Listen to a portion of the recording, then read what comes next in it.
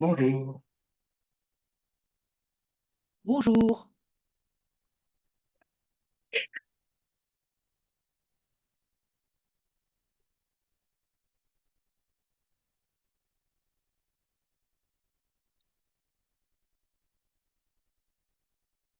On se proposait pour ceux qui sont déjà là d'attendre peut-être 13h35. On va se donner 5 minutes, pas plus. Bonjour Emeline.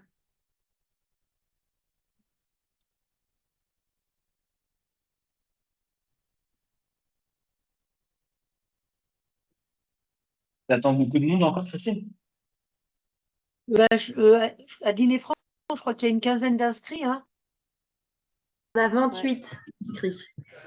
Ah, 28 inscrits, Alors, oui. Alors, Donc là, je sais on pas va combien. on attendre est, 5 minutes. on est 19, là, c'est ça, 19. Voilà, on attend encore 2 minutes. On va attendre 2 minutes, allez.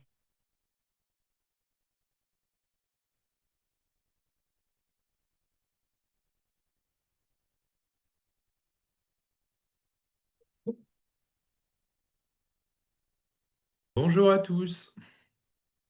Bonjour.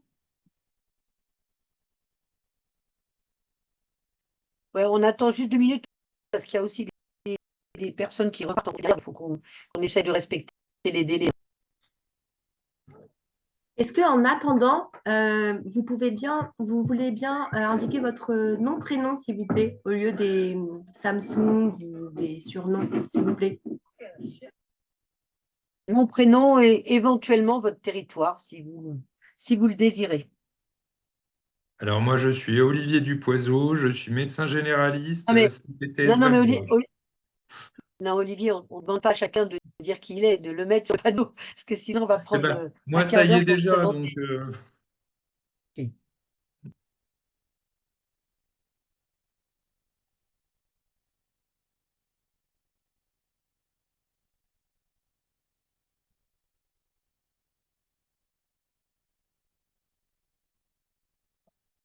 Je pense qu'on peut commencer, Christine. Oui, alors, je vais demander à tout le monde de couper les micros et de lever la main ensuite pour intervenir. On coupe les micros pour que ce soit plus fluide. Alors, déjà, bonjour. Je vous demande déjà d'emblée l'autorisation d'enregistrer la, le webinaire, si vous en êtes d'accord, pour pouvoir après le réutiliser.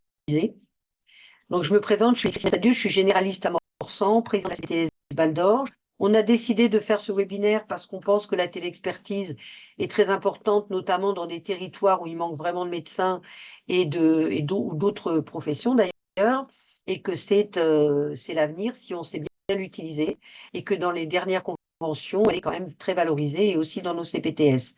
Je remercie l'ensemble des CPTS présentes, puisqu'on a ouvert à l'ensemble des CPTS ce webinaire.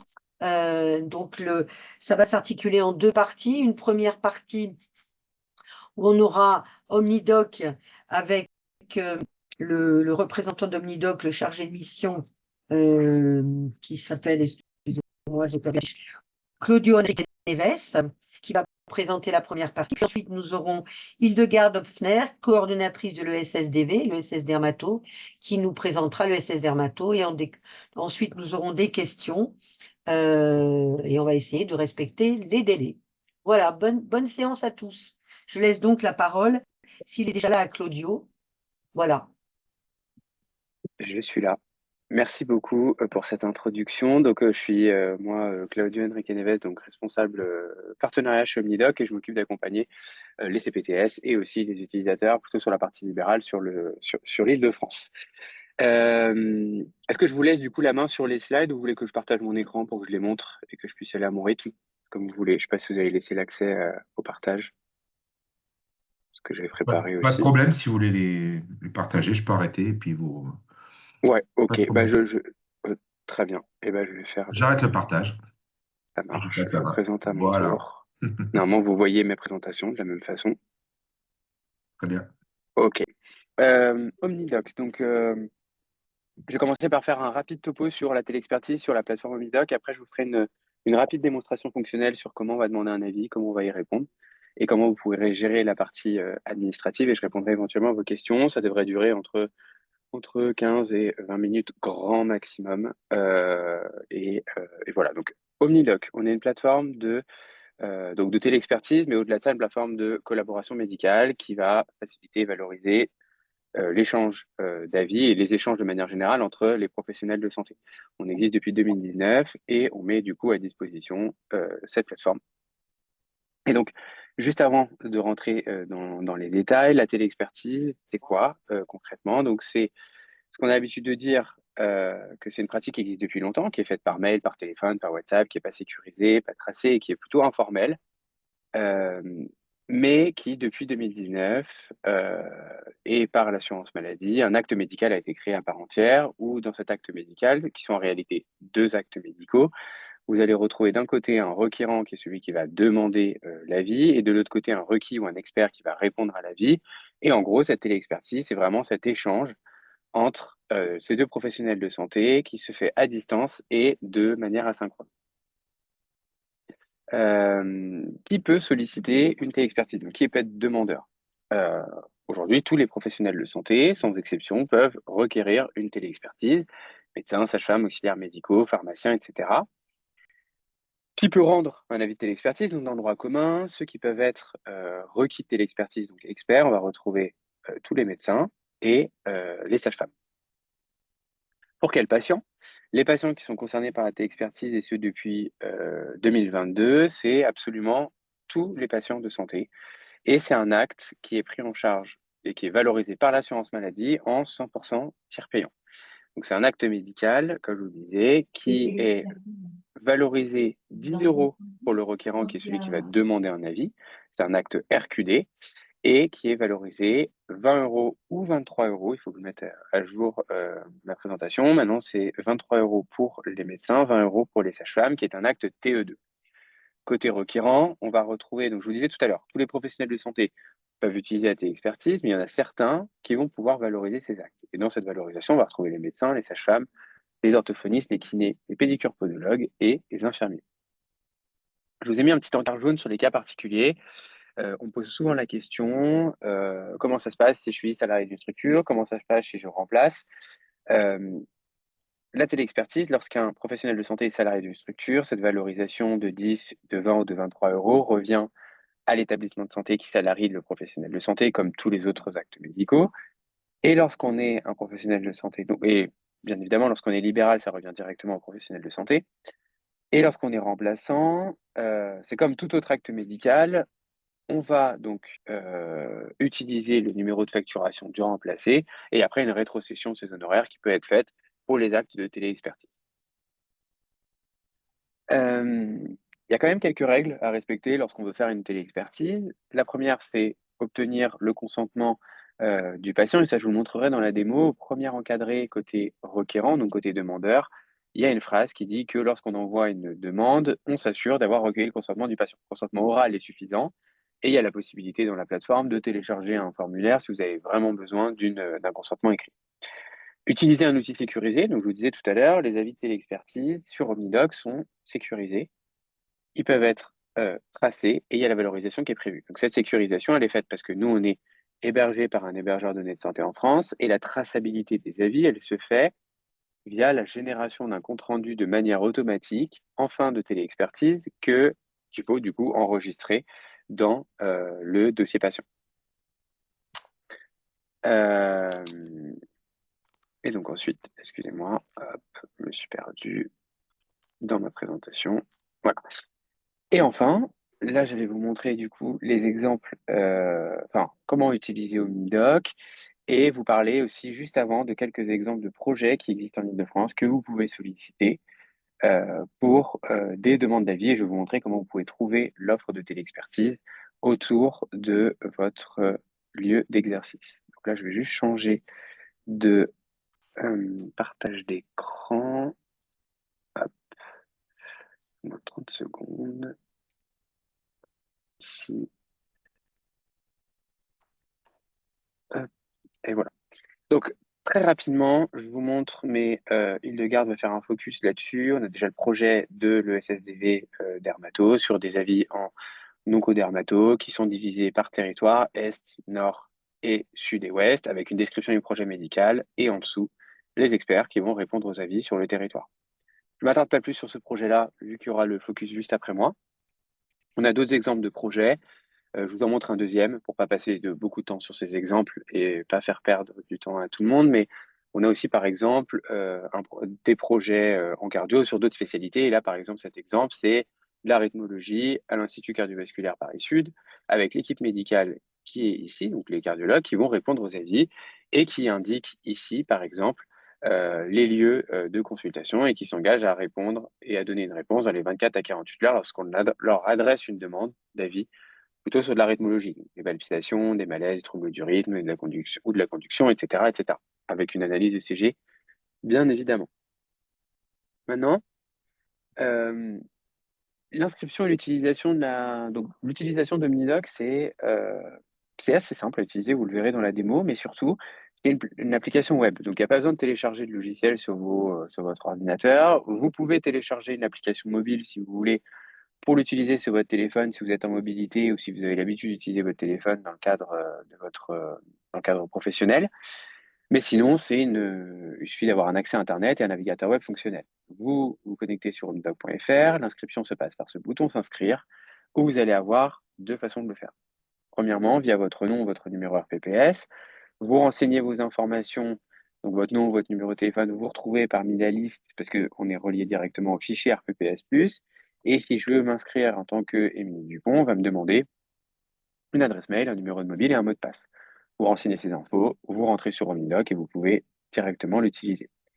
Ce que vous pouvez faire, et ce qui va encore plus vite, c'est de passer par la ICPS ou la carte professionnelle de santé. Là, on est relié à ProSanté Connect. Vous renseignez vos infos et vous êtes directement redirigé dans Omnidoc après avoir créé du coup votre mot de passe.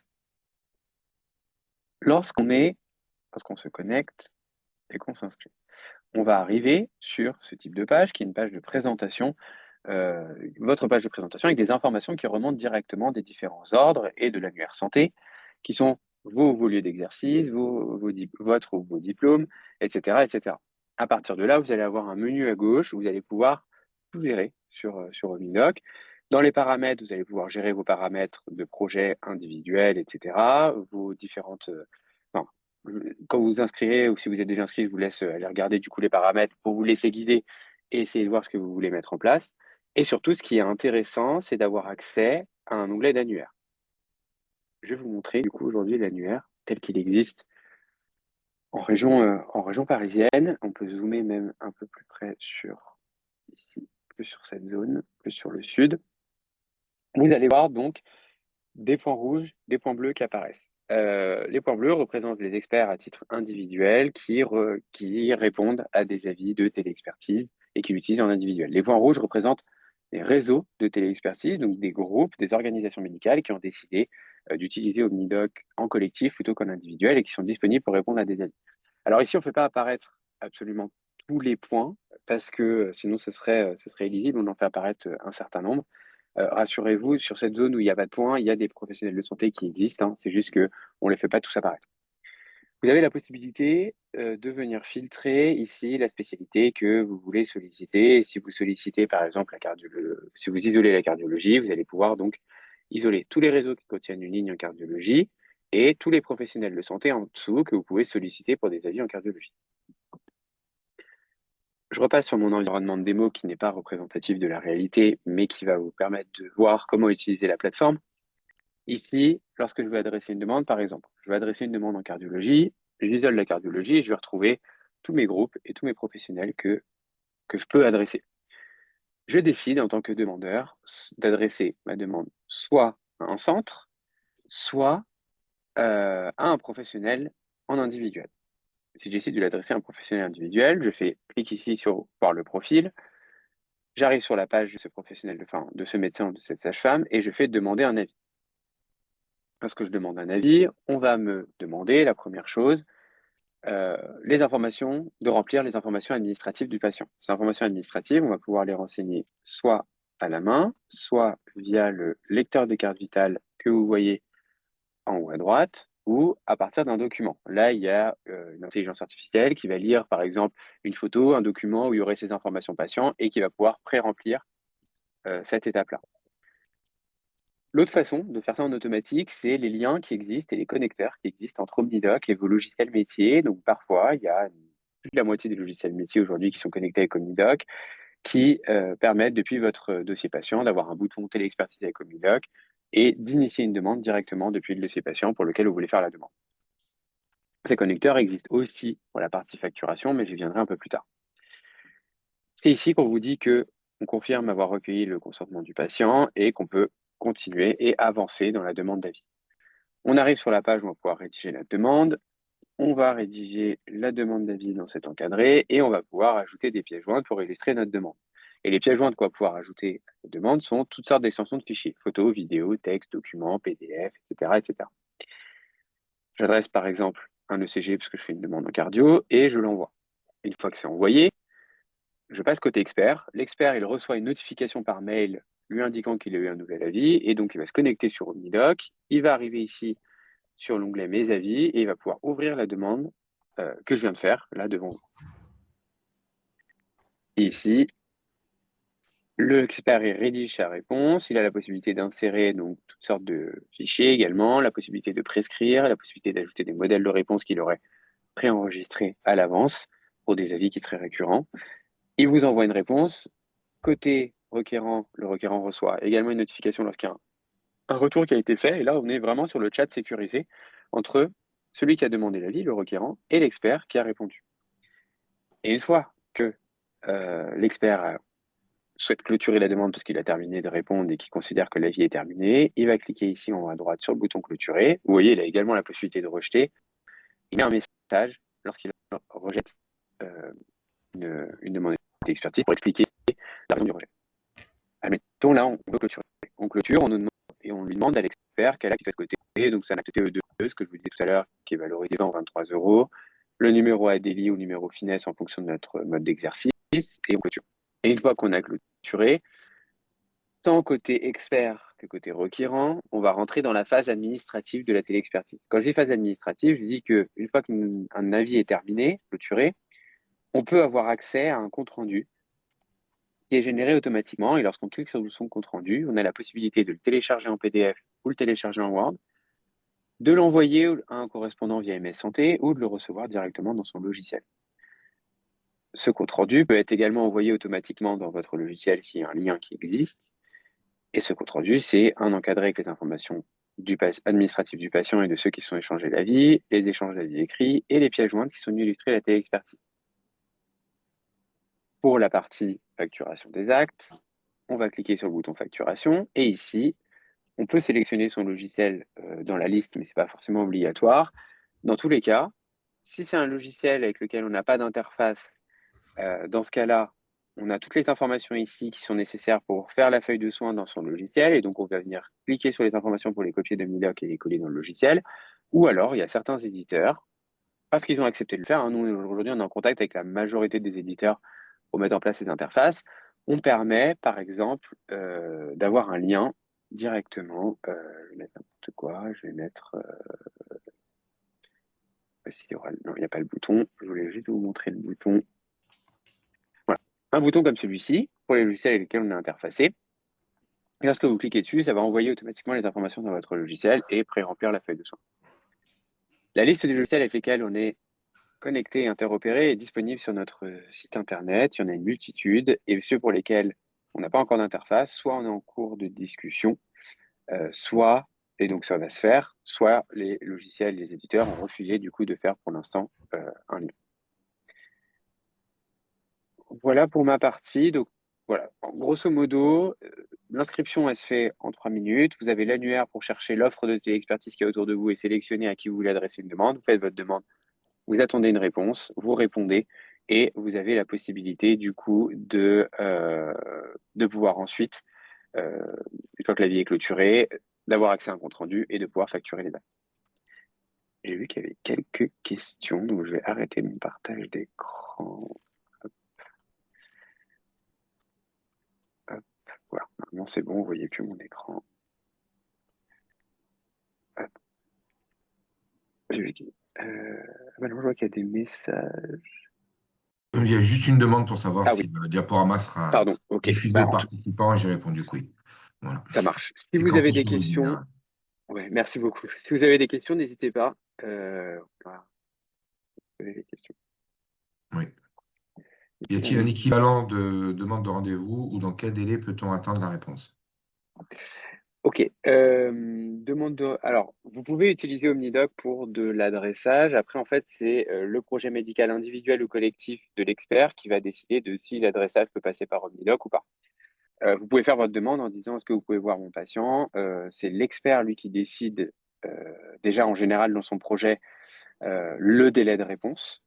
De manière générale, les réponses sont faites quand même assez rapidement. En moyenne, sur tous les avis qui sont rendus, on a fait la moyenne sur 2025 et on a eu plus d'1 million de demandes qui avaient été faites sur toute l'année.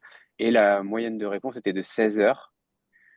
Il y en a certains qui répondent en 30 minutes, il y en a certains qui répondent en 48 heures, mais c'est une moyenne, donc à peu près dans les 24 heures, je pense que vous pouvez avoir une réponse. Et l'adressage peut passer par OmniDoc, effectivement. On a Olivier Dupoiseau qui veut poser une question. Ouais. Le micro a été coupé. On ne vous entend pas. Tu peux remettre ton micro, Olivier, s'il te plaît? Est-ce que là, vous C'est bon. m'entendez? C'est bon? Oui. Bon. Quand on est requérant, est-ce que le code RQD, il est cumulable avec le G? L'acte de téléexpertise, le G, c'est quel acte? Ben, c'est la consultation de médecine Oui. générale. Ok, il est cumulable, tout à fait. D'accord. Vous pouvez cumuler aussi enfin, les experts peuvent aussi cumuler une APC en plus d'une TE2, si jamais vous vous posez la question. Merci. Pas de problème. Docteur Estadieux, une question, je crois. Oui, moi j'ai juste une petite question parce que comme ça peut un peu être complexe au départ. Est-ce qu'il y a moyen, j'ai vu que vous aviez ça à un moment, ça a peut-être défilé vite, de faire un test, c'est-à-dire de faire un faux patient et un faux expert pour s'entraîner parce que Ouais, tout à ça fait. demande probablement au début une expertise. Enfin voilà. Et est-ce qu'on peut faire ça de chez soi? Je pense que oui, puisque vous avez dit qu'on n'est pas obligé d'avoir le site directement relié. Voilà, c'était juste pour un peu ne pas effrayer ceux qui auraient peur de l'informatique. Voilà. Pas de problème. Oui, effectivement, il y a la possibilité de tester quand vous vous inscrivez sur OmniDoc.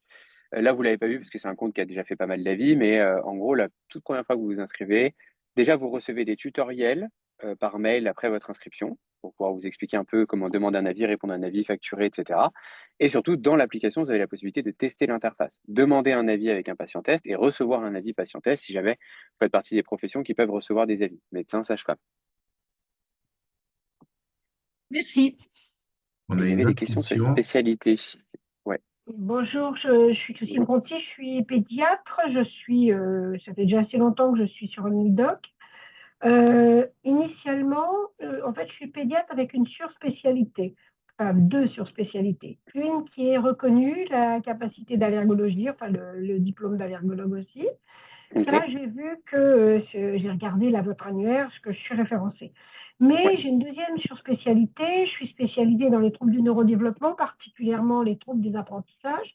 Et quand j'en parle avec des orthophonistes ou avec des médecins qui sont moins au point sur les troubles des apprentissages, ils me disent « Ah bon, mais comment on peut faire ?» Je dis ben, « Vous ne pouvez pas faire la demande par OmniDoc, comme ça, on est rémunérés ensemble. » Et en fait, comme ça n'apparaît pas, puisque ce n'est pas prévu, parce que ce n'est pas une spécialité dans votre liste, personne ne peut me joindre. Alors, il n'y a que quelques médecins qui me connaissent. Ouais, il y a 2 sujets dans votre question. Le premier, l'apparition sur la carte par les surspécialités. Aujourd'hui, notre annuaire a été réfléchi et il est en train d'évoluer sur les spécialités ordinales. Effectivement, comme vous le dites, il y a certaines spécialités où en pédiatrie, il y a beaucoup de surspécialités, en cardio, en d'autres spécialités, etc. On a en pneumologie, etc. On est en train de re-référencer notre annuaire pour faire apparaître du coup tous les diplômes qui sont reconnus à l'ordre des médecins pour qu'ils apparaissent sur la carte. Donc, vous qui avez un CAPA en allergologie, vous apparaissez sur allergologie et on met que vous êtes pédiatre. Et sur la partie pédiatrie, on met que aussi vous êtes du coup allergologue. Donc, vous apparaissez sur les 2 catégories parce que les 2 sont reconnus à l'ordre et les 2 remontent sur OmniDoc. Moi, je vous propose, là-dessus, on pourra peut-être, parce qu'on a après le SS, peut-être refaire un petit travail là-dessus, demander au docteur Conti un peu plus d'explications pour qu'après on puisse faire un travail et refaire soit une deuxième visio, soit Une réponse, envoyer ouais. au présent, si ça, parce que je pense que ça, c'est un problème un peu compliqué qui est ordinal, et donc je pense que ça nécessitera un travail particulier. Si ça ne vous amène pas, docteur Conti, on affine ça et on revient vers vous. Et on Oui. revient peut-être aussi de manière un peu plus globale sur toutes les questions qui peuvent être ordinales. Est-ce que ça vous va? Bah oui, c'est juste qu'effectivement, doit faire maintenant 5 ou 6 ans que je suis sur OmniDoc et que pour l'instant, à part un médecin de ville qui sait que je fais ça et qui de temps en temps me demande un avis, j'ai jamais eu une orthophoniste qui m'a demandé un avis, jamais, voilà, jamais, quoi. Mhm. Et, Il y a on va un affiner sujet ça. là-dessus. On pourra en Il y a un discuter, ouais, sujet, bien sûr. un travail qui à part entière. Ouais. Très D'accord. bien. S'il n'y a plus de Merci questions, on beaucoup. va continuer. Et si vous avez encore d'autres questions, gardez-les pour la fin, parce qu'il faut quand même qu'on laisse parler le SS. Gardez vos questions et on se reprendra 10 minutes pour la totalité des sujets, si ça vous va comme ça. Et si vous êtes d'accord, Claudio, on laisse la parole à Hildegarde. Bien sûr, sans aucun problème. Hildegarde, est-ce que vous voulez qu'on défile ou vous faites Je vous-même suis en train de partager mon Claudio, écran. Est-ce que vous voyez mon écran? Est-ce que c'est en plein Parfait, écran ou parfait, pas? parfait. Oui, Parfait. C'est en plein ouais, écran? c'est bon. Ouais. Je ne sers plus à rien, moi, du coup. Là, C'est plus simple pour passer d'un Vas-y, diapo à l'autre.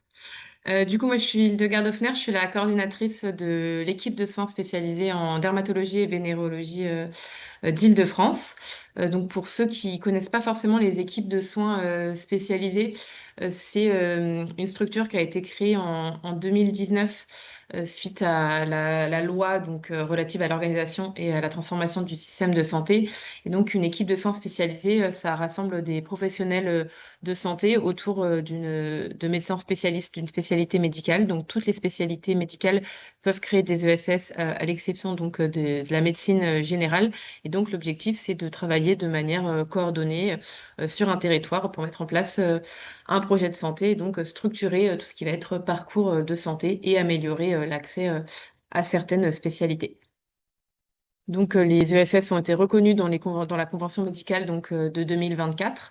Et du coup, tout ça permet de coordonner, sécuriser tout ce qui va être pris en charge dans des logiques de parcours de soins. Et comme je le disais, améliorer l'accès aux soins de spécialité au niveau géographique. Parce que comme on le sait, dans beaucoup de zones de France, certaines spécialités sont assez compliquées à avoir. Donc pour ce qui est de notre ESS à nous, donc le ESS dermatologie vénérologie donc sur le territoire de l'Île-de-France, elle a été créée en 2019 et elle est rentrée dans la convention avec la CPAM de Paris et la RS Île-de-France en 2025. On a actuellement 123 dermatologues adhérents.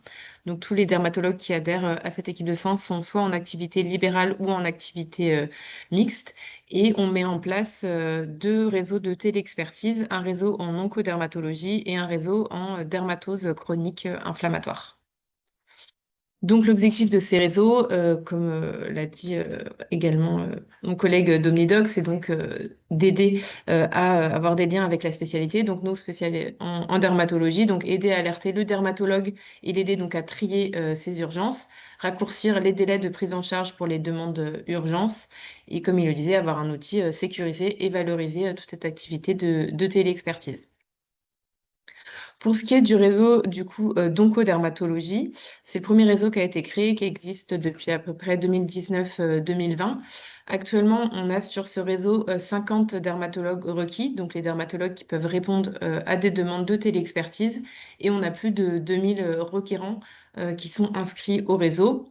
Ce réseau d'oncodermatologie, il permet donc aux professionnels de santé franciliens, donc c'est vraiment sectorisé sur l'Île-de-France, d'envoyer à un expert dermatologue une photo d'une lésion suspecte d'un cancer cutané pour raccourcir le délai de ces prises en charge pour ces cancers cutanés qui demandent donc une réponse rapide.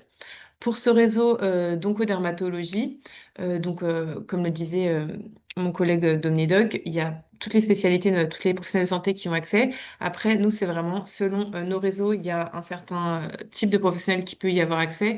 Pour l'oncodermatologie, il y a les médecins généralistes, les médecins vasculaires, les pédiatres, les sages-femmes, les infirmiers, les pédicures podologues, les kinés et les gériatres qui peuvent faire des demandes sur notre réseau. Et le réseau d'onco est donc séparé en 3 zones. Donc il y a la zone nord avec Paris, le 93, le 95, la zone sud-ouest, donc 92, 91, 78, et la zone est, 77, 94. Donc l'objectif, c'est que le professionnel de santé qui fait la demande sélectionne la zone, soit lui où il est, ou alors où son patient est et où ça l'arrange le plus, au cas où en fait il est à se déplacer et avoir le dermatologue pour qu'il ait à se déplacer quand même le moins possible, même si forcément il y a quand même souvent des nécessités de déplacement, que ce soit quand même dans des zones le plus proches possible, mais tout en mettant quand même ensemble des zones pour pouvoir s'entraider, parce qu'on sait qu'il y a des zones où il y a très peu de dermatologues. Donc, pour ce qui est des résultats, on a actuellement plus de 4000 demandes de téléexpertise qui ont été réalisées. On est environ à 29% de ces lésions qui sont cancéreuses dans ces demandes et 62% qui sont des lésions bénignes. Et dans donc 57% des cas, une demande de téléexpertise nécessite ensuite une consultation. Donc ça permet quand même aussi d'éliminer pratiquement 50% des demandes qui en fait ne nécessitent pas une consultation derrière. Donc ça évite aux patients de se déplacer pour rien. Parce que du coup, rien qu'avec la téléexpertise, le dermatologue peut voir que c'est bénin et qu'il n'y a pas nécessité de voir le patient. Mais par contre, ça permet d'avoir des rendez-vous plus rapides en cas d'urgence, parce que du coup, on élimine des demandes qui ne nécessitent pas forcément un rendez-vous. Donc ça permet quand même de voir 168 mélanomes, 463 carcinomes basocellulaires et 269 carcinomes épidermoïdes depuis la création du réseau. Donc, comme je le disais, 37% de ces demandes correspondent à des cancers cutanés ou à des lésions précancéreuses.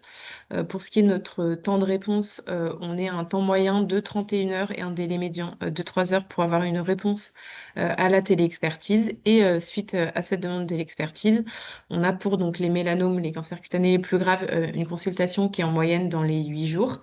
Et pour les carcinomes, on est à peu près dans les 18 jours. Mais après, il y a aussi des rendez-vous vraiment aussi très rapides pour les carcinomes.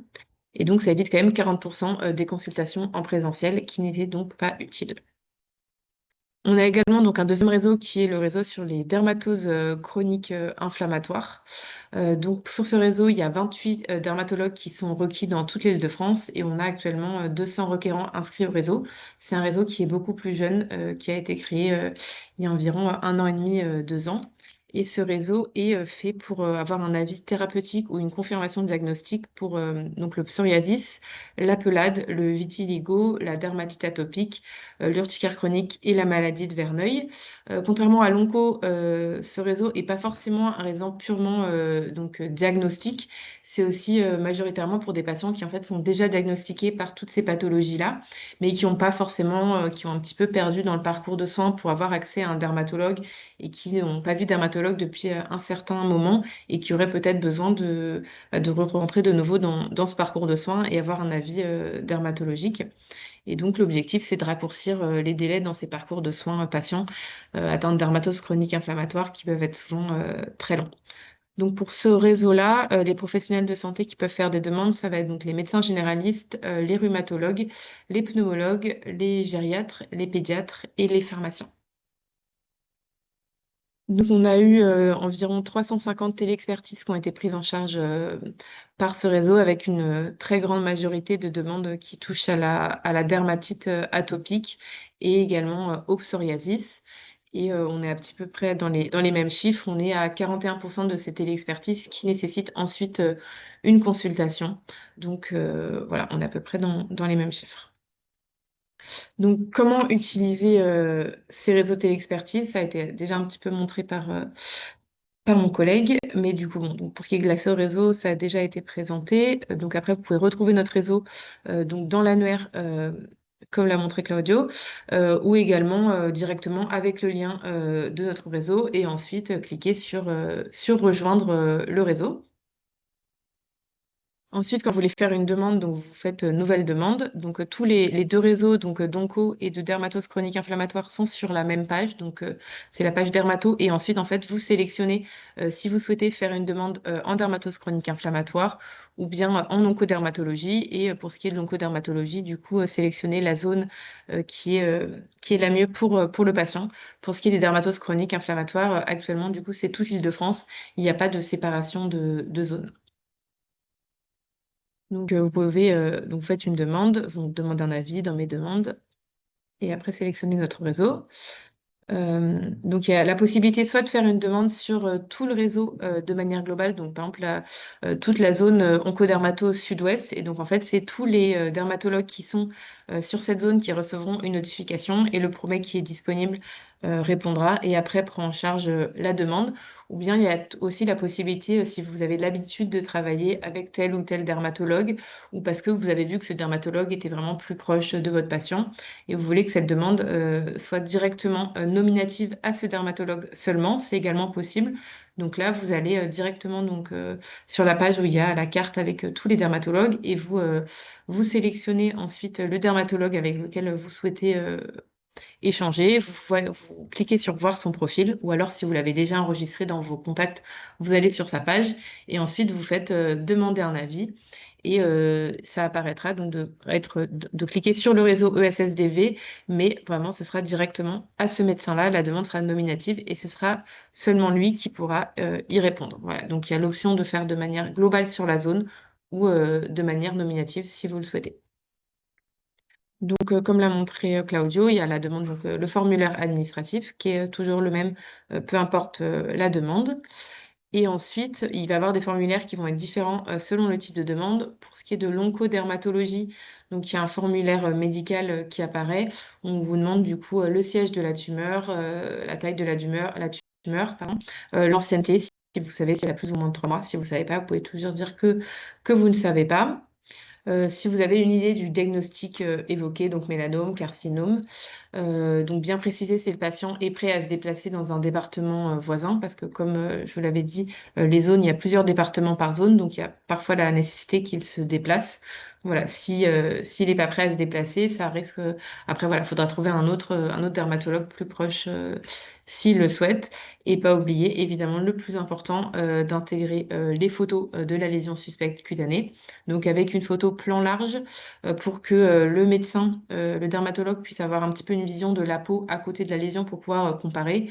Une photo plan serré et si possible une photo avec une réglette pour qu'il y ait bien la taille.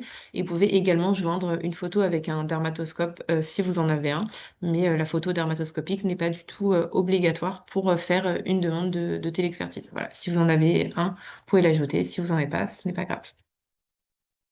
Donc, comme je le disais, il y a la photo, donc plan large, plan serré. Donc, il faut bien que ce soit net. Si la photo est floue, le dermatologue risque soit de rejeter la demande ou vous demander de renvoyer des photos parce qu'il ne pourra pas avoir d'avis dessus.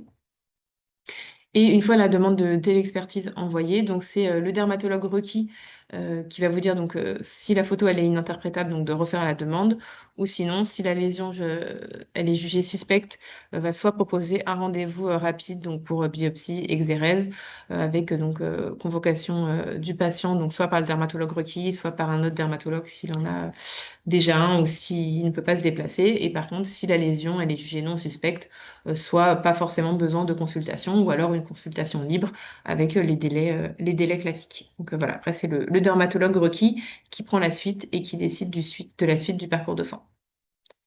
Pour ce qui est du réseau dédié aux dermatoses chroniques inflammatoires, donc pareil, il y a eu le formulaire administratif et après, du coup, on demande de sélectionner le type de pathologie du patient, donc soit psoriasis, dermatite atopique, maladie de Verneuil, urticaire chronique, vitiligo ou pelade. Et selon la pathologie, du coup, un formulaire médical spécifique va apparaître. Je ne vais pas vous le présenter en entier parce que c'est du coup un petit peu plus long que pour l'onco, donc du coup, qui est spécifique à la pathologie, donc indiquer où est localisée toutes les affections, depuis quand il a, quels sont les traitements qu'il a actuellement. Voilà, donc répondre à toutes ces questions. Ajouter évidemment les photos demandées, donc selon la pathologie. En général, c'est des photos quand même du corps entier pour qu'on puisse voir toutes les lésions atteintes sur le corps du patient.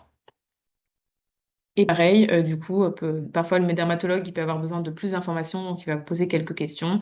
Après, voilà, si c'est un médecin généraliste qui fait la demande, des fois le dermatologue va proposer déjà une première thérapeutique que le médecin généraliste peut mettre en place, ou alors s'il y a besoin de passer à une thérapeutique que seul le dermatologue peut mettre en place, ou s'il y a besoin d'avoir une consultation en amont, il va convoquer le patient pour une consultation si nécessaire. Voilà, je vous remets le lien pour rejoindre le réseau. Donc, vous le retrouverez sur OmniDoc directement avec ESSDV, IDF, Dermato, ou bien avec ce lien-là que je pourrais renvoyer sur le chat ou envoyer à la CPTS. Voilà. Et si vous avez des questions, n'hésitez pas à me contacter par mail, par téléphone, ou on a également un site qui explique un petit peu tout ça. Voilà, je crois que c'est tout pour moi.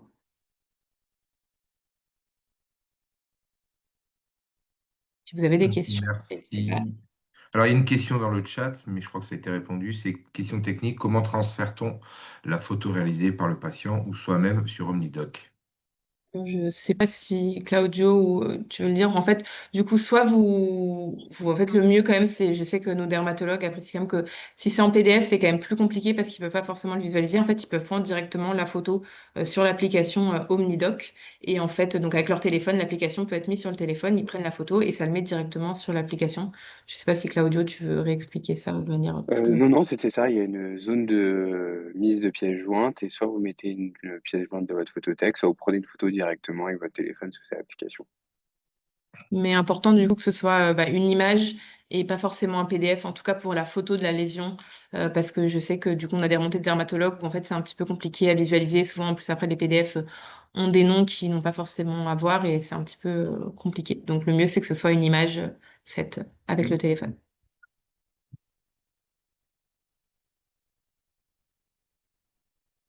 S'il n'y a pas de questions sur questions, le moi chat. j'ai peut-être des questions qui peuvent servir aussi aux autres.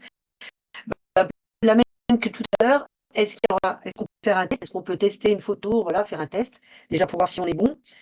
J'ai appris une autre question, c'est, vous disiez tout à l'heure qu'une fois qu'on a fait on a une consultation par la téléexpertise, on peut avoir une consultation derrière. Est-ce que c'est systématique? Comment faire? Quels sont les délais? Parce que ça peut paraître aussi très important. Et aussi, en lien avec cette question-là, est-ce qu'il y a des liens entre dermatos pour, par exemple, si on a une téléexpertise avec quelqu'un qui est loin, est-ce qu'il y a des liens entre les gens des équipes de SS pour éventuellement avoir dans un second temps, une consultation plus près du domicile du malade? Est-ce que ça, c'est prévu ou pas? Voilà. Alors, ce qui est du test, Claudio, tu me dis si je me trompe, mais je suppose que via la manière test dont tu parlais, on peut aussi mettre des photos pour tester. Ouais, l'idée c'est que quand ils testent, autant tout tester, même de mettre des pièces jointes, etc. Après, je pense que vaut mieux pas tester d'envoyer une Oui. fausse photo et une fausse demande à l'ESFDV, mais vous Non, pourrez oui, tester voilà. sur l'application avec un patient test, quoi. C'est ça, il y a la version Oui, test du coup sur l'application, mais nous, au sein de notre réseau, il n'y a pas de test, c'est vraiment directement, voilà. Après, si vous ne voyez pas la bonne photo, enfin, c'est aussi un échange avec le requis, et voilà, il vous dit, bah, la photo, elle n'est pas bien, est-ce que vous pourriez la refaire, voilà, pour aussi vous améliorer avec le temps et au bout d'un moment, faire parfaitement. La deuxième question, c'était quoi la deuxième? J'ai un trou. la deuxième, c'était à partir du moment où il y a une consultation possible, Oui, est-ce que c'est alors, oui. souvent vraiment accepté? Et si la personne est trop loin par rapport à son Oui. domicile et le lieu de téléconsultation, est-ce qu'il y a des accords entre cardiologues du groupe, entre dermatologues du groupe? Alors, du coup, la consultation n'est pas du tout automatique suite à la demande. Comme je disais, du coup, on a environ à une 50% de demandes qui donnent lieu à une consultation. C'est vraiment, du coup, le dermatologue requis qui décide, en fait, vis-à-vis de la photo. Soit, des fois, juste avec la photo, il peut voir directement que c'est bénin et donc il n'y a pas besoin de voir le patient. Donc, du coup, il n'y aura pas de consultation. Après, si lui il considère qu'il y a besoin, il peut aussi considérer qu'il y a besoin d'avoir une consultation, mais dans des délais classique et donc là il va laisser la main au patient de prendre des rendez-vous de manière classique. Par contre sinon s'il pense qu'il y a une urgence de voir le patient, ça va être un petit peu dermatologue dépendant dans la manière dont c'est fait. Soit il propose directement un rendez-vous via OmniDoc, en fait il dit à son requérant, bah moi je peux lui proposer telle date, que vous le contactiez pour lui dire qu'il peut se rendre à mon cabinet demain parce que c'est très urgent par exemple, ou alors parfois il demande le dermatologue demande à sa secrétaire directement d'appeler le patient parce que du coup, il y a les informations du patient qui ont été rentrées. Donc, c'est bien important de bien mettre le numéro du patient pour éviter qu'il y ait trop d'échanges par rapport à ça. Ou sinon, il demande également parfois au patient d'appeler son secrétariat en disant que c'est passé par OmniDoc et que du coup, il y a eu une demande de rendez-vous un petit peu en urgence. Voilà, ça va dépendre du dermatologue. Chacun a un petit peu sa manière de travailler. Mais s'il y a besoin d'une consultation urgente, voilà, il va expliquer au requérant comment ça se passera. Et s'il faut, il lui propose. Et si lui, il peut pas, voilà, après, soit des fois, le patient a déjà un dermatologue et il passe par lui, ou alors il le propose directement. Et par rapport à la distance, donc du coup sur OmniDoc, en fait, les participants en fait peuvent ajouter d'autres requis. En fait, eux, ils ont la liste de tous les dermatologues par zone, donc ils peuvent ajouter quelqu'un si par exemple eux, ils peuvent pas le prendre en charge. Après, soit souvent ils se connaissent entre eux par secteur et du coup ils se contactent directement. Après, sinon moi ils passent par moi pour me dire ben il y a personne. Est-ce que vous pourrez trouver quelqu'un qui pourrait le prendre en charge? Donc du coup ça remonte par moi en général et il faut pas hésiter. En fait, moi j'ai pas accès à chaque conversation qui ont lieu. S'il y a un problématique parce qu'il n'y a pas de dermatologue, à me contacter et c'est moi je peux m'en occuper derrière. Merci. Juste une chose avant de donner la parole à Dr Dupoiseau, il y a une question qui a été posée en disant y a-t-il un abonnement pour pouvoir demander un avis sur OmniDoc? L'accès est-il payant? Et on a une réponse qui disait que c'était un titre individuel et gratuit. Olivier, tu peux poser la question. Oui, moi j'avais comme notion que quand un dermatologue dit qu'il faut une consultation, il s'engageait à voir le patient lui-même.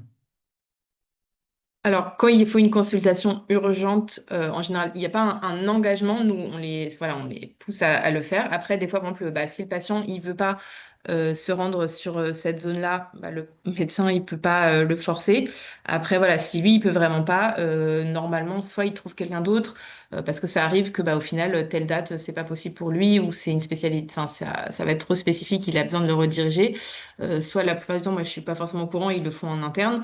Après, sinon, moi, ils me contactent. Et si voilà, il y a des problèmes ou vraiment, enfin, s'il y a des remontées à me faire, comme quoi bah, il y a des demandes et au final, il y a pas de rendez-vous possible derrière. Voilà, faut me contacter en tant que requérant. Et moi, on essaiera de trouver des solutions. Mais voilà, il s'engage quand même voilà, s'il dit qu'il y a une urgence et qu'il y a besoin de voir le patient, il faut que derrière, ce soit fait.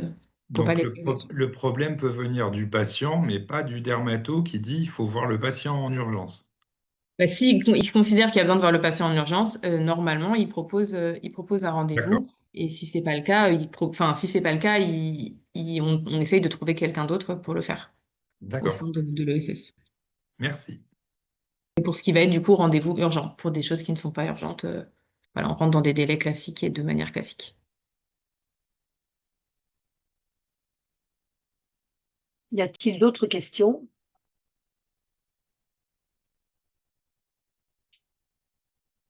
Je dirais Alors, pas. moi, j'en ai encore une qui peut aider s'il n'y a pas d'autres questions. J'en ai une pour les plaies. Est-ce que pour les plaies, chroniques ou aiguës, est-ce que c'est parce que, bon, on fait tous aussi, beaucoup de CPTS font un travail sur un parcours plaie. Est-ce qu'on peut aussi vous appeler pour des questions sur des plaies? Les plaies, du coup, vraiment, nos deux réseaux sont très spécifiques sur l'onco et dermatose chronique inflammatoire. Les plaies, D'accord. actuellement, ne rentrent pas dedans parce que, bah, D'accord. comme vous le savez, c'est assez compliqué. En fait, si on fait il n'y a pas de tout venant, c'est vraiment sur l'onco et les dermatoses chroniques inflammatoires. Après, Claude, il y a des dermatologues qui sont aussi sur OmniDoc de manière individuelle et qui répondent à des demandes donc plus spécifiques. Voilà, nous, on est vraiment sur ces deux réseaux-là et aussi, par exemple, pour des gens, je ne sais pas s'il y en a aujourd'hui, qui ont déjà des échanges avec des dermatologues sur OmniDoc. Voilà, si ça rentre dans ce cadre de l'onco ou de la dermatose chronique inflammatoire, faut pas hésiter, comme je le disais, à faire des demandes toujours nominatives parce que vous avez l'habitude de parler avec tel dermatologue et quand vous allez sur son compte, en fait, vous faites une demande et il y a les listes qui apparaissent soit parcours, enfin, je sais plus le mot, Claudio, que c'est son secteur individuel et après au-dessus il y a ESS et voilà et choisir si c'est sur l'ESS rentrer dessus mais ce sera toujours de manière nominative. Sinon, faire des demandes, voilà, si vous avez l'habitude de parler de plaies avec tel dermatologue sur ça. Le contexte de la téléexpertise, c'est ça que tu cherchais, de garde. Non, En c'est gros, quand il sélectionne, il y a ESS et il y a qu'ils ont demande des individuelle. Voilà, c'est Projet ça. individuel. Ouais, ça s'appelle Un le projet, contexte de alors, la projet individuel, téléexpertise. c'était le Et mot du coup, ouais, projet que je projet cherchais. individuel, ouais. Voilà. Et après, Certains dermatologues. il y a des réseaux et des individuels sur Omnidoc qui font des plaies, donc notamment les services hospitaliers. Il y en a quelques-uns qui font des plaies sur l'Île-de-France. Donc après, il faut chercher du coup sur l'annuaire pour les demandes en plaie.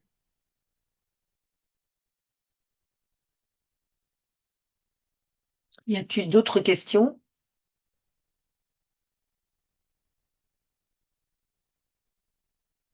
Bon. Bon, bah, si, ça veut dire que les explications ont été bonnes Euh, et que tout le monde est Ben, prêt à moi, je voulais dire que l'utiliser. probablement, on va creuser déjà la question du docteur Conti, hein, évidemment, et qui probablement va concerner d'autres personnes. On va aussi probablement, je pense que pas mal de CPTS veulent aussi travailler avec le SS Cardio, parce qu'en fait, ce qui est intéressant dans ces téléexpertises, c'est que ça fait le lien avec nos différents parcours qu'on a en CPTS et aussi les besoins qu'on peut avoir pour nos patients. Et donc, j'avais aussi une question justement qui concerne ça. On a parfois du mal en CPTS à avoir des contacts avec les spécialistes pour les faire travailler, pour qu'ils travaillent plus avec nous en lien, parce que certains ont des réticences que vous. Comment est-ce que vous recrutez en fait? Est-ce que vous faites une promotion vers les soignants spécialistes et est-ce que vous voudriez que éventuellement un travail soit fait avec les CPTS dans ce sens qui pourrait donner une information aux spécialistes? Ça, c'était un peu la question de Euh, d'un bureau de CPS qui peut aussi en aider d'autres. Est-ce que ouais. vous avez ce travail-là que vous faites vers les spécialistes? Voilà. Ouais, nous, lorsqu'on lance, alors aujourd'hui, on a les contacts de tous les professionnels de santé qui sont inscrits sur la plateforme Omnidoc. Lorsqu'on lance un nouveau projet sur un territoire, on lance une communication euh, directement via l'application. On envoie des invitations pour qu'ils rejoignent tel ou tel projet. Donc aujourd'hui, un Oui. professionnel de santé qui va s'inscrire et se connecter va recevoir un certain nombre d'invitations à rejoindre le projet de l'ESSDV, à rejoindre le projet de l'ESS Cardio. Il y a également un réseau néphro régional qui existe et les projets qui sont autour de lui. Nous, on travaille aussi, on essaye du mieux qu'on peut de travailler avec les CPTS. De quelle façon? La CPTS, pour nous, c'est un peu du donnant-donnant, les relations qu'on a avec les CPTS. C'est-à-dire que nous, on va faire en sorte d'étoffer l'offre de territoire sur la téléexpertise, mais pour pouvoir étoffer cette offre de territoire, il faut qu'on ait potentiellement les contacts de ceux qui ne sont pas encore inscrits sur Omnidoc. Donc l'idée, c'est que vous, si vous avez, par exemple, vous êtes en contact avec des spécialistes sur le territoire, adhérents ou non de la CPTS, et que vous me dites, en fait, c'est intéressant d'avoir tel ou tel projet de spécialité autour de la CPTS, ben nous, on peut prendre contact avec les spécialistes pour voir s'ils veulent mettre en place un projet, un projet de groupe avec le cabinet, avec la clinique, avec l'hôpital, même si là, on sera plus sur le libéral, on sera plus que clinique ou cabinet spécialité. S'ils veulent utiliser uniquement en individuel, dans ce cas-là, il sera disponible via son nom. Ou dernier recours qui peut exister aussi, c'est la possibilité de référencer ces spécialistes sur la CPTS si toutefois ils ont juste envie de répondre aux avis des adhérents sur un réseau fermé CPTS. Voilà Ok, comment on travaille, voilà les trois niveaux d'accord, merci. de collaboration. On a une dernière question, Olivier. Oui. Oui, vous en avez répondu en partie. Vous avez parlé de néphrologues. Est-ce que vous souhaitez étendre le réseau ESS vers d'autres spécialités comme la diabéto, la pneumologie Ouais. vous avez parlé de la néphrologie. Est-ce que c'est appelé à s'étendre? Très bonne question. Nous, on aimerait bien que ça s'étende. On est en train d'essayer de mettre un focus sur tous ces projets régionaux qui aident les professionnels de santé à avoir des avis de téléexpertise. On a une offre qui correspond très bien à ce que recherchent les ESS. Île-de-Garde a présenté celle de la dermato, celle qui existe aujourd'hui sur le territoire. Il y a dermato, il y a cardio, il y a néphrologie qui est en train de se construire, mais il y a déjà un réseau qui existe sur Omnidoc, donc une page pour la néphrologie sur le territoire. Et en discussion, je discute actuellement avec la pédiatrie, l'endocrinologie et l'ophtalmologie. L'idée, en général, c'est que ces projets, ces associations existent sur le territoire, mais pour que ces associations existent, il faut qu'il y ait un ou plusieurs médecins spécialistes du territoire motivés à mettre en place ce projet, parce que il y a la nouvelle convention des équipes de soins spécialisés qui est arrivée depuis mai 2024, qui permet un financement de ces associations de médecins libéraux pour mettre en place ces projets et pouvoir du coup faire la téléexpertise via Omnidoc. Donc, notre objectif, c'est de le déployer. Après, on n'a pas forcément les contacts avec tout le monde. Donc, on connaît quelques personnes à l'URPS, quelques médecins spécialistes. Mais voilà, on en est aujourd'hui sur l'Île-de-France. Donc, Pour il y a des répondre, perspectives d'avenir. pour répondre à Olivier, si je me trompe pas, pour avoir une ESS, il y a un financement particulier et un fléchage particulier. Et effectivement, on n'est pas obligé d'avoir une construction de ESS pour avoir un réseau de spécialistes qui travaillent avec la CPTS par Omnidoc. Le Non, ESS, c'est quelque chose de bien particulier, de bien fléché, hein, c'est ça. C'est ça, si Je je pense peux. qu'on peut avoir des partenariats avec les ESS, mais on peut aussi se créer nous-mêmes nos propres liens. La CPTS peut aussi servir à ça, puisqu'on a aussi des financements qui sont tout à fait. qui sont pérennes déjà. C'est ça? Je peux rajouter sur les ESS, d'ailleurs beaucoup de ESS, enfin la nôtre aussi, a été d'abord, en fait, un réseau existait et le réseau fait que ça crée une ESS derrière, mais comme vous le dites, il n'y a pas besoin d'avoir une ESS forcément pour qu'il y ait des réseaux qui existent, mais en affaires, il y a beaucoup d'ESS qui cherchent à se mettre en place. Nous, on est dans les premières ESS créées, mais voilà, chaque spécialité peut avoir des ESS et c'est des projets actuels pour beaucoup de spécialités de se créer, mais il faut qu'il y ait des médecins spécialistes qui soient prêts à mettre ça en place, voilà, qui mettent tout Ouais. ça en place. Et effectivement, je me permets. L'idée quand même, ça serait quand même de ne pas faire double emploi. On en avait parlé avec notamment beaucoup de présidents, on en avait parlé à l'ARS. Au départ, ça a été mis en parallèle un peu les CPTS d'un côté, le ESS de l'autre, alors qu'en fait, au final, bon, après, ça pas de financement, mais l'idée, ça serait quand même de grouper tout ça dans le but que les médecins aient un vrai parcours et que les ESS entraident les CPTS et que les CPTS entraident les ESS. Et pas de faire deux choses parallèles en pense. Enfin, l'idée, ça serait quand Ouais, même de construire quelque chose pour le bien du patient qui soit un petit peu global dans une balle du soin. Voilà. ouais, tout à fait. Il y a deux niveaux À nous, là-dessus. Saint Péraud, Ouais, d'appuyer là-dessus. c'est ça. Nous, on le voit à deux niveaux chez Omniloc. C'est-à-dire qu'on voit un réseau territorial autour de la CPTS de spécialistes qui seraient financés potentiellement par la CPTS ou par les médecins directement. Parfois, les médecins s'organisent en association et ils financent la solution parce qu'en fait, à contrario de l'utilisation individuelle qui est gratuite, l'utilisation collective a des fonctionnalités supplémentaires qui vont être payantes. Pour répondre, aller un peu plus loin dans la question qui a été posée tout à l'heure, un réseau territorial, donc sur plusieurs communes, sur un département, peut être financé par des médecins, par une CPTS, etc. Un réseau de SS a vocation à être régional. Et dans ce réseau de SS, pour aider dans les financements, il y a des financements CEPAM qui sont prévus, mais pour des réseaux qui sont à plus grande échelle. Donc, potentiellement, un réseau local pourrait devenir un réseau ESS. Et à terme, ce réseau ESS serait financé par les financements CEPA, mais il n'y aurait plus de financement CPTS puisque ce réseau serait inclus dans un réseau plus grand au niveau régional et les requérants de la CPTS pourraient continuer à solliciter les spécialistes autour d'eux. Oui, c'est ça. Voilà, comme c'est fait dans d'autres territoires, quoi. On a une demande de confirmation là sur le chat. Ouais, Ouais. J'ai j'ai bien vu. compris, il peut arriver au médecin requis d'envoyer une ordonnance. Dans quel type de situation, pour un examen complémentaire autre, pouvez-vous me confirmer? Ce qui est Oui, du coup de notre réseau à nous. Là, c'est principalement, ça va être surtout au niveau donc de la dermatose chronique inflammatoire qu'il peut avoir donc des.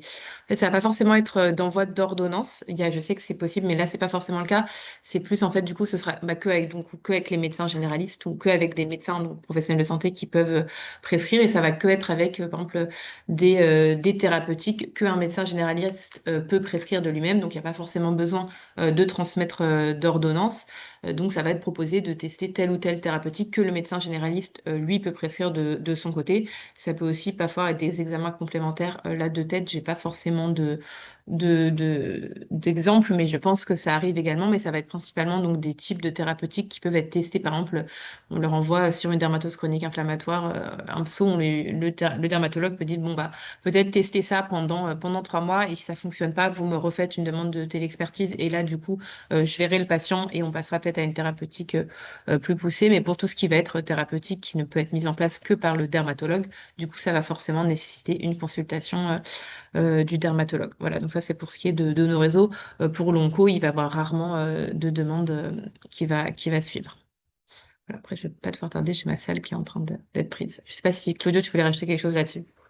non, je voulais juste dire que d'un point de vue fonctionnel, on peut effectivement ajouter des ordonnances, mais qu'en général, les requis, et ça rejoint ce que tu disais, Hildegarde, les requis en général, ils donnent les infos qu'il faut pour que le médecin traitant il puisse faire l'ordonnance. C'est assez rare qu'ils envoient, mais ils peuvent le faire, envoyer une ordonnance directement via Omnidoc. Mais voilà, c'est juste En tout cas, nos réseaux ne sont pas voués à ce à que faire le des ordonnances. requérant ait une ordonnance pour faire la suite. L'objectif, c'est soit il y a besoin de voir le patient et du coup, là, l'ordonnance sera faite avec le patient, ou sinon, il n'y a pas besoin de voir le patient. Mais transmettre une ordonnance n'est pas le principe, n'est pas l'objectif de la demande. D'accord.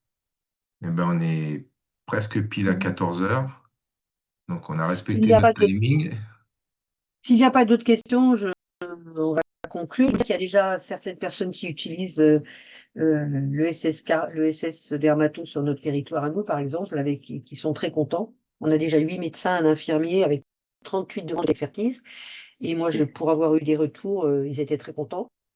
Moi, je voulais dire que peut-être on pourrait aussi voir comment on peut travailler sur un travail des formations avec les dermatos. Ça pourrait être et peut-être sur des commandes groupées de dermatoscopes, parce que les dermatoscopes sont parmi eux les bons dermatoscopes, et qu'on pourrait peut-être faire un travail là-dessus pour essayer de favoriser le diagnostic, puisqu'on manque vraiment beaucoup, beaucoup de dermatos et que ça va probablement être un problème dans les prochains temps.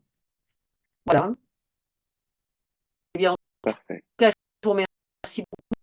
On va Merci pouvoir à vous. libérer vraiment à l'heure. On espère pouvoir refaire d'autres expertises. Il y a le SS Cardio qui commence à être actif en Essonne. Mais c'est pareil, je pense que l'intérêt, c'est quand même de construire ça dans nos parcours et de l'intégrer dans nos parcours et d'en faire quelque chose qui ne soit pas des petits bouts de silo, mais favoriser le travail qu'on a à faire auprès des patients dans un ensemble de choses, notamment en lien avec nos ETP, en lien avec nos rapports avec l'hôpital, etc., etc. Il faut que vous fassiez partie du travail global pour que ce soit vraiment enrichissant pour tout le monde. Voilà. Merci à tous et puis à une prochaine. Merci. Merci Merci à beaucoup. tous. Bonne journée à tout le Bonne monde. journée. Au revoir. Au revoir. Au revoir.